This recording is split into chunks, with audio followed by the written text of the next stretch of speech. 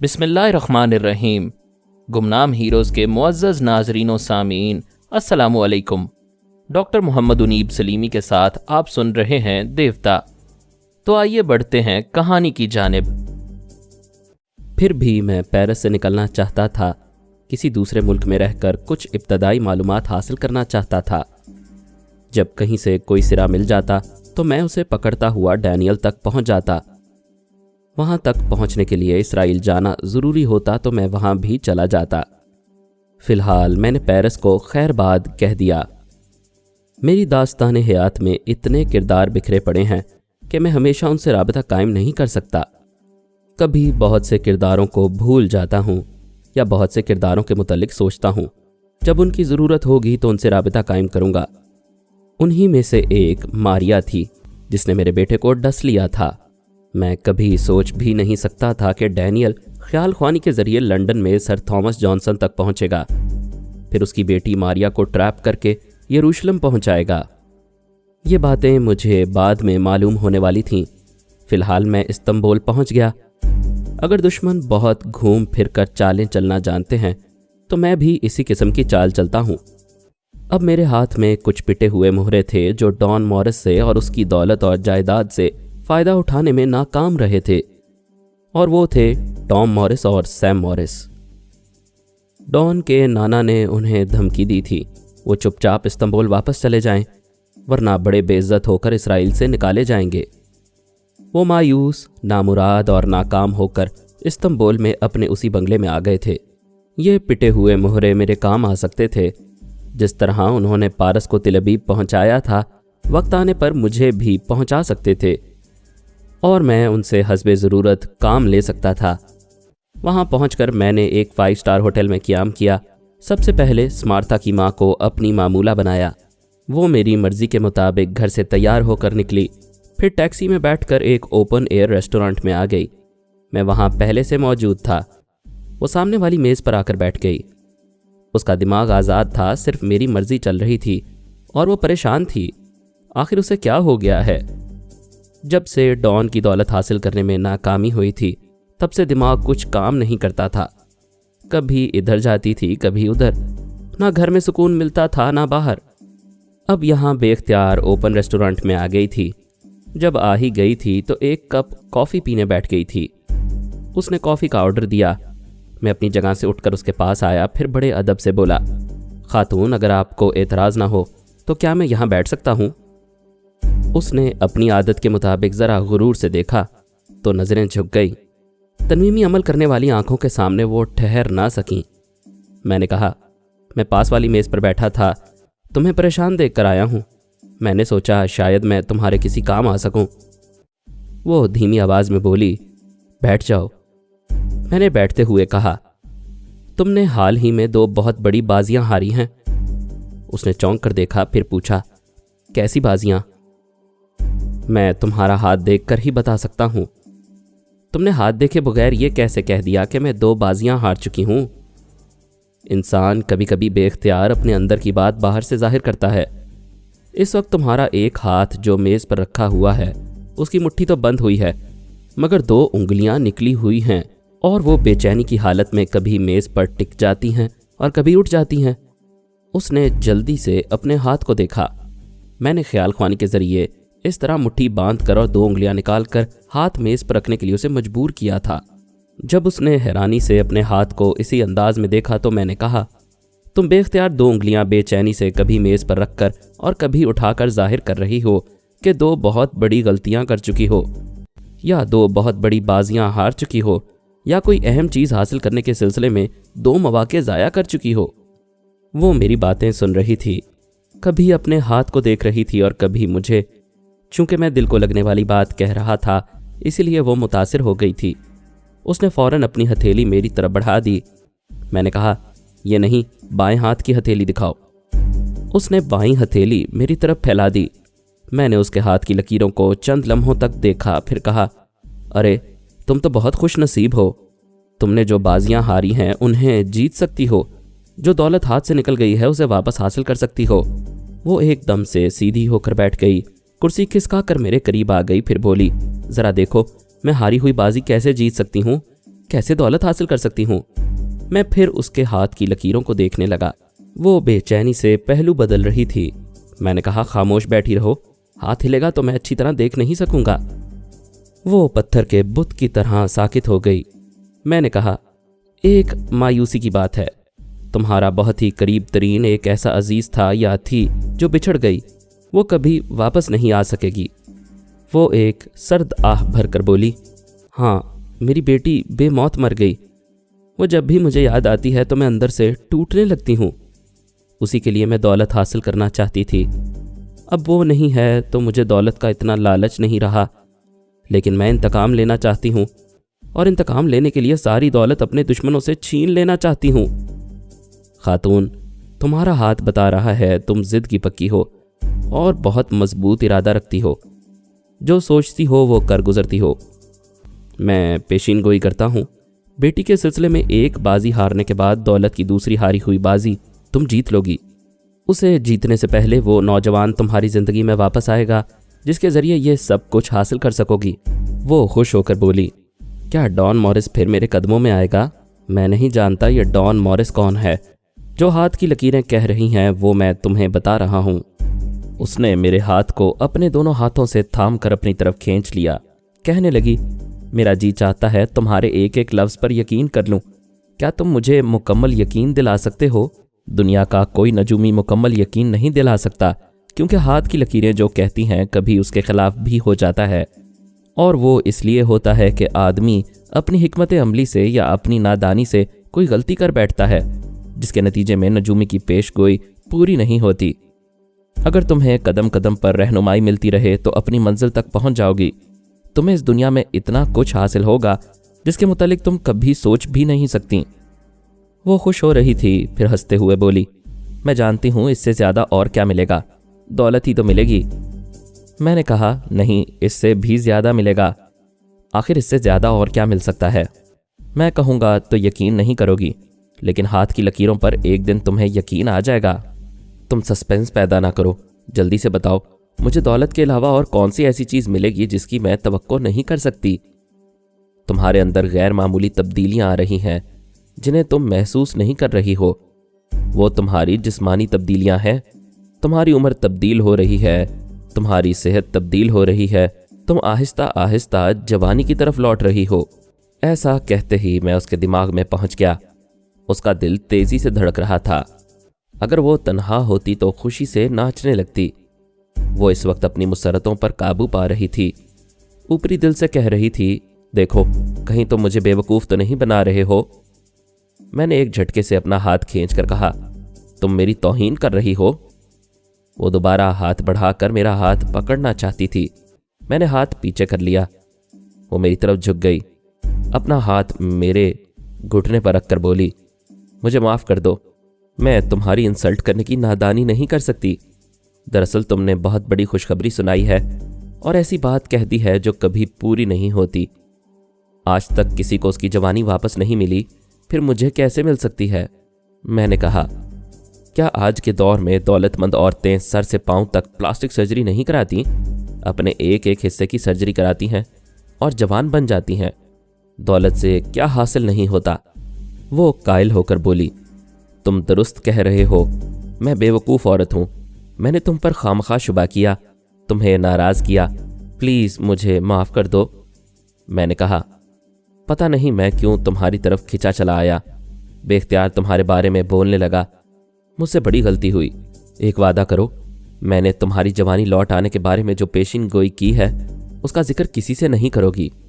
ان قریب دنیا والے خود ہی اپنی آنکھوں سے تمہیں ایک جوان دوشیزہ کے روپ میں دیکھیں گے۔ وہ خوشی کے مارے لرزتی ہوئی آواز میں کہہ رہی تھی، میں کسی سے نہیں کہوں گی، میں وعدہ کرتی ہوں، تمہیں ناراض نہیں کروں گی۔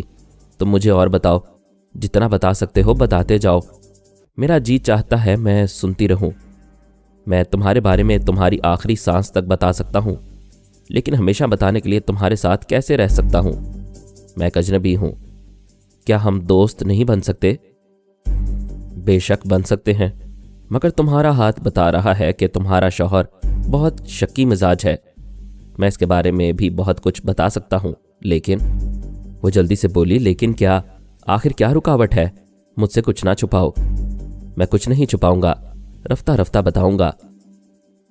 جیسے جیسے وقت اجازت دے گا میں تمہیں گائیڈ کرتا جاؤں گا۔ سب سے پہلی بات تو یہ کہ دوبارہ جوان ہونے کے لیے اپنے اوپر کچھ پابندیاں عائد کرنا ہوں گی۔ میں خود کو ہر طرح سے پابند کر سکتی ہوں۔ بولو مجھے کیا کرنا چاہیے؟ تمہیں شوہر کے ساتھ ازدواجی رشتہ قائم نہیں کرنا چاہیے۔ یہ ذرا مشکل ہے لیکن ناممکن نہیں، میں اسے ٹرخا دیا کروں گی۔ اور ایک پابندی یہ کہ تم کسی سے عشق نہیں کرو گی، مجھ سے بھی صرف دوستی کرو گی۔ جب پوری طرح جوان ہو جاؤ گی، تمہیں پوری طرح دوشیزگی آ جائے گی، تو تمہاری زندگی میں خود ہی ایک شخص آئے گا اور تمہیں دیوانہ وار چاہنے لگے گا۔ وہ شخص انتہائی دولت مند ہوگا۔ وہ خوشی سے کھل رہی تھی، کرسی پر پہلو بدل رہی تھی۔ میں نے سوچا آج کے لیے اتنا ہی کافی ہے، اس سے زیادہ چڑھاؤں گا تو خوشی سے پھولتے پھولتے پھٹ پڑے گی۔ وہ بولی تم کون ہو؟ اپنا تعارف کرواؤ، یہاں کس علاقے میں رہتے ہو؟ میرا نام اینڈریو جیکب ہے، میں ایک یمنی یہودی ہوں۔ مجھے اپنے باپ دادا سے علم نجوم ورثے میں ملا ہے۔ لوگ کہتے ہیں میں نے اس علم میں اتنا عبور حاصل کر لیا ہے اور ایسی کمالات کی پیشین گوئیاں کرتا ہوں کہ اپنے باپ دادا کو بھی پیچھے چھوڑ چکا ہوں۔ بے شک لوگ درست کہتے ہیں، میں بھی تمہیں پہلی ہی ملاقات میں مان گئی ہوں۔ تم کہاں رہتے ہو؟ میرا کوئی ٹھکانہ نہیں ہے، میں ملک شہر شہر گھومتا رہتا ہوں۔ فی الحال میرا قیام یہاں کے ایک 5 اسٹار ہوٹل میں ہے۔ اس نے پھر میرا ہاتھ تھام کر کہا، میں تمہیں ہوٹل میں نہیں رہنے دوں گی، میرے ساتھ چلو، میرا بنگلہ بہت بڑا ہے، تمہیں ہر طرح کا آرام ملے گا، میں دن رات تم پر توجہ دوں گی۔ تم مجھے ساتھ لے جاؤ گی تو تمہارا شوہر شبہ کرے گا، میں جیسا کہتا ہوں ویسا کرو۔ تمہارا ہر حکم سر آنکھوں پر، بولو مجھے کیا کرنا چاہیے؟ میں اپنے ہوٹل کے کمرے میں رہوں گا، تم اپنے شوہر اور دوسرے رشتہ داروں سے کہو ایک نجومی سے ملاقات ہوئی تھی، وہ ماضی، حال اور مستقبل کے متعلق سچی پیشین گوئیاں کرتا ہے۔ اس نے دعوے سے کہا ہے کہ جو دولت تمہارے ہاتھ سے نکل چکی ہے وہ دوبارہ حاصل ہوگی، اور جسے تم ڈان مورس کہہ رہی ہو وہ جوان پھر تمہارے پاس آئے گا، اسی کے ذریعے وہ دولت حاصل ہوگی۔ یہ باتیں سن کر تمہارا شوہر یا تمہارے قریبی عزیز ضرور مجھ سے ملنے آئیں گے، اس طرح ہمارے درمیان رابطہ اور اعتماد بڑھے گا، پھر میں تم لوگوں کے ساتھ اس بنگلے میں جا کر رہوں گا۔ یہ کہہ کر میں اٹھ گیا۔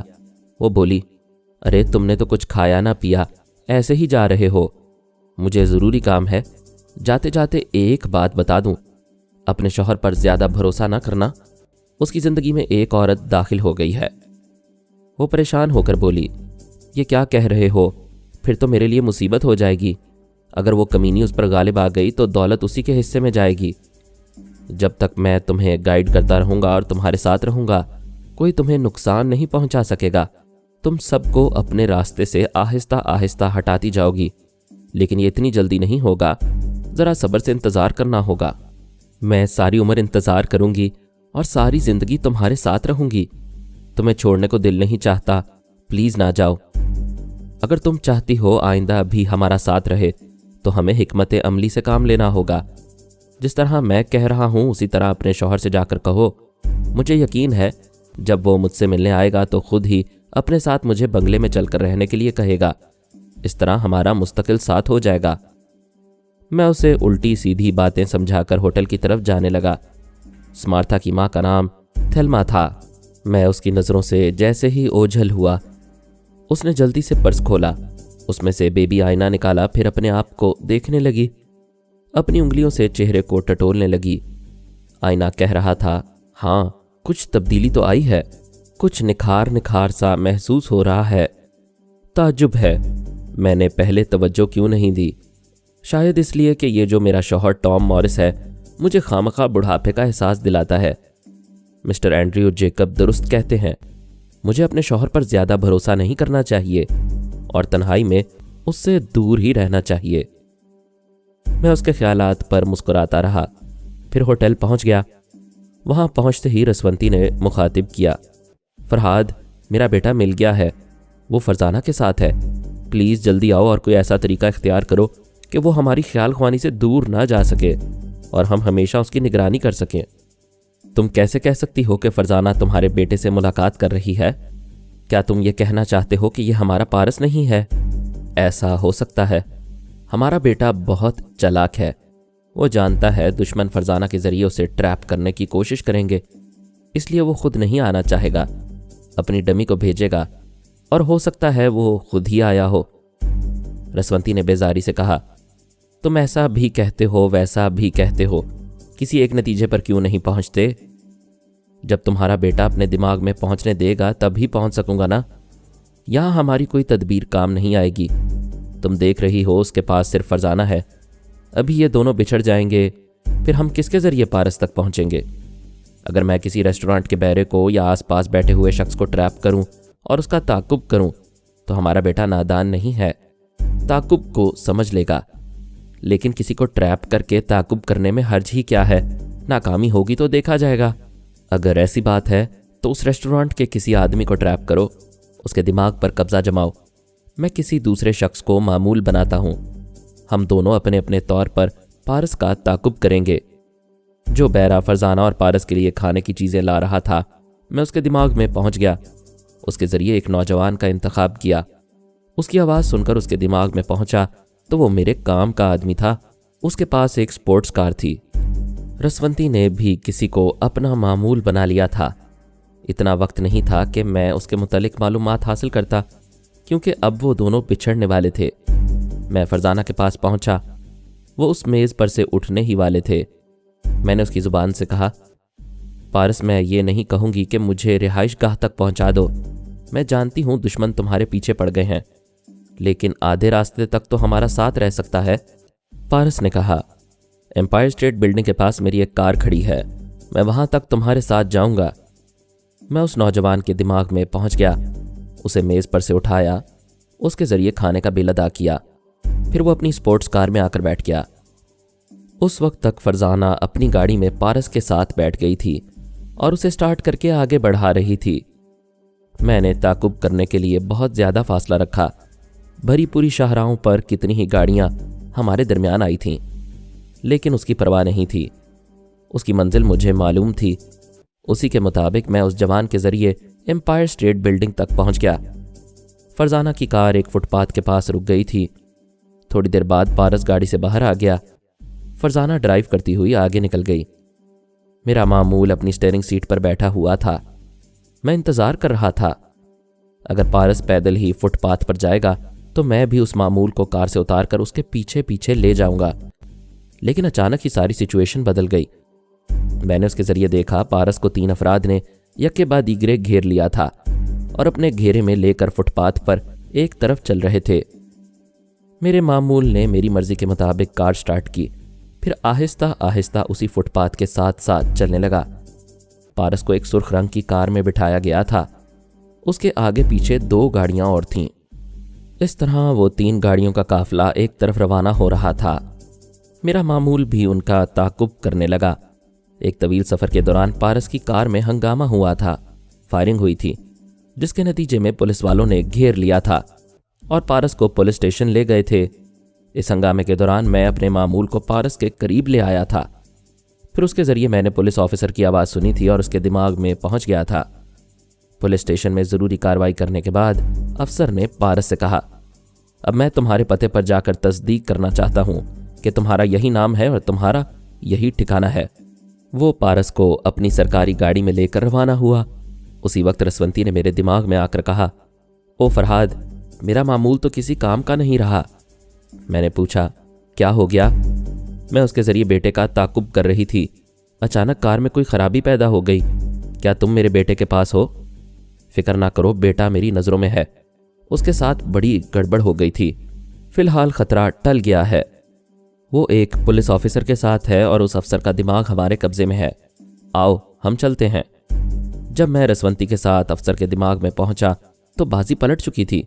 اس وقت پتہ چلا افسر کو کسی اور خیال خوانی کرنے والے نے ٹریپ کیا ہوا تھا اور اس کے ذریعے پارس کو اپنے آدمیوں میں دوبارہ پہنچا چکا تھا۔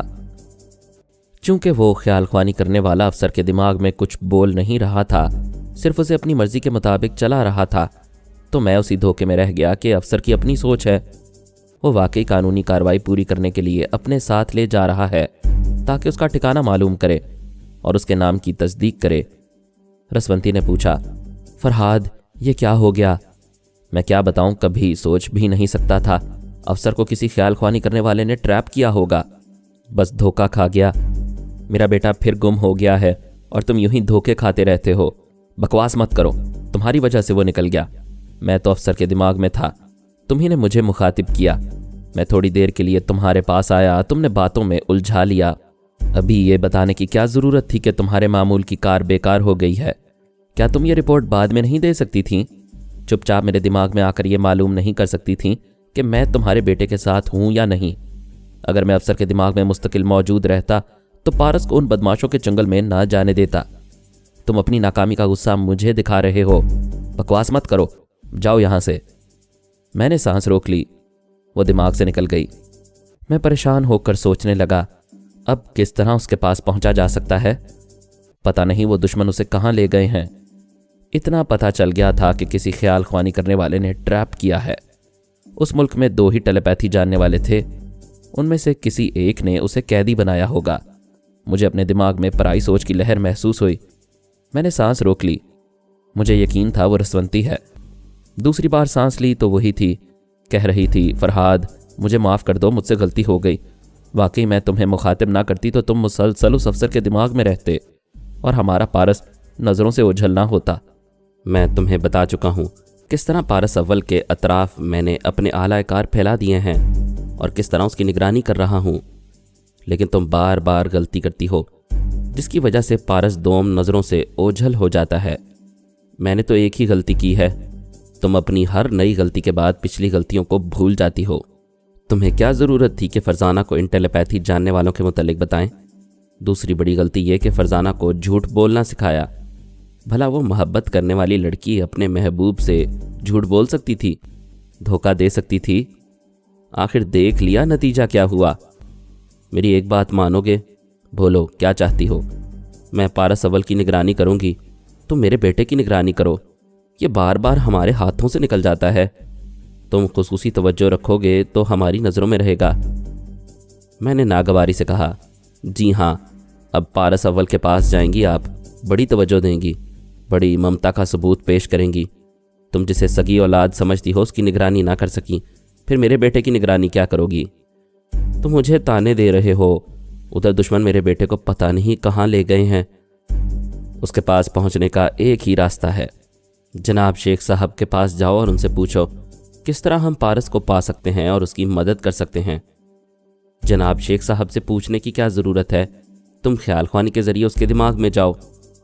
جب کرو گی الٹی بات کرو گی۔ تمہیں معلوم ہے ایک خیال خوانی کرنے والے نے اسے ٹریپ کیا ہے۔ ہم جب بھی اس کے دماغ میں جانا چاہیں گے وہ سانس روک لے گا اور یہی سمجھے گا کہ دشمن اس کے دماغ میں آ رہا ہے۔ وہ ہمیں کوڈ ورڈز ادا کرنے کی بھی مہلت نہیں دے گا۔ میں جو کہہ رہا ہوں اس پر عمل کرو۔ رسونتی ادارے والی رہائش گاہ میں تھی۔ اپنے کمرے سے نکل کر جناب شیخ صاحب کے حجرے میں پہنچی، پھر سر پر آنچل رکھا، ان کے سامنے گھٹنے ٹیک کے بیٹھ گئی۔ وہ مراقبے میں تھے۔ انہوں نے آنکھیں کھول کر دیکھا، پھر پوچھا، کیا بیٹے کے لیے پریشان ہو؟ حضور، آپ سے کون سی بات چھپی ہے؟ وہ بار بار ہماری نظروں سے اوجھل ہو جاتا ہے۔ کوئی ایسی تدبیر بتائیں جس سے میں اس کی خیریت معلوم کرتی رہوں، ضرورت پیش آئے تو اس کے کام بھی آ سکوں۔ میری بیٹی، دونوں بچے جوان ہیں، جوانی کا خون جوش مارتا ہے، پھر ان میں خود اعتمادی بہت زیادہ ہے۔ وہ ماں باپ کی انگلی پکڑ کر چلنا نہیں چاہتے۔ جب تک انہیں ٹھوکریں نہیں لگیں گی، حالات انہیں یہ نہیں سمجھائیں گے کہ صرف بازوں کی قوت اور ذاتی صلاحیتیں ہمیشہ کام نہیں آتی۔ کبھی حالات ایسے بھی ہوتے ہیں کہ آدمی اپنی جسمانی قوت سے مقابلہ نہیں کر سکتا، اسے کوئی ہتھیار استعمال کرنا پڑتا ہے، خواہ وہ چاقو چھری ہو، ریوالور ہو، راکٹ لانچر ہو یا ٹیلیپیتھی۔ خدارا آپ انہیں سمجھائیں، میں کوشش کروں گا۔ میں اس کی خیریت معلوم کر سکتی ہوں؟ انہوں نے آنکھیں بند کر لیں۔ وہ بدستور مراقبے میں تھے۔ ان کا جسم بالکل ساکت تھا، صرف ہونٹ ہل رہے تھے، دھیمی دھیمی آواز آ رہی تھی۔ وہ کلام پاک کی تلاوت کر رہے تھے۔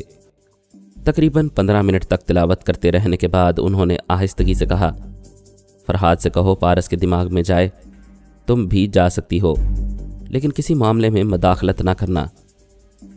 رسونتی نے فوراً ہی میرے پاس آ کر کہا، فرحاد، جناب شیخ صاحب کہہ رہے ہیں ابھی پارس کے دماغ میں جگہ مل سکتی ہے۔ میں نے خیال خوانی کی پرواز کی۔